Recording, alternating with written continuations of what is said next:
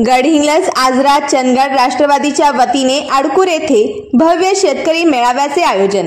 महाराष्ट्राचे उपमुख्यमंत्री आणि राष्ट्रवादीचे नेते आमदार अजित पवार तसेच कोल्हापूर जिल्ह्याचे नेते तथा वैद्यकीय शिक्षण व आमदार हसन मुश्रीफ यांच्यासह राष्ट्रवादीचे प्रदेशाध्यक्ष खासदार सुनील तटकरे यांचा जाहीर सत्कार उद्या शुक्रवारी दिनांक 2 मे रोजी करण्यात येत आहे। चंदगड, आजरा, गडहिंग्लज तिन्ही तालुक्याच्या शेतकऱ्यांचा भव्य मेळावा सुद्धा शुक्रवारी सकाळी आयोजित करण्यात आला आहे।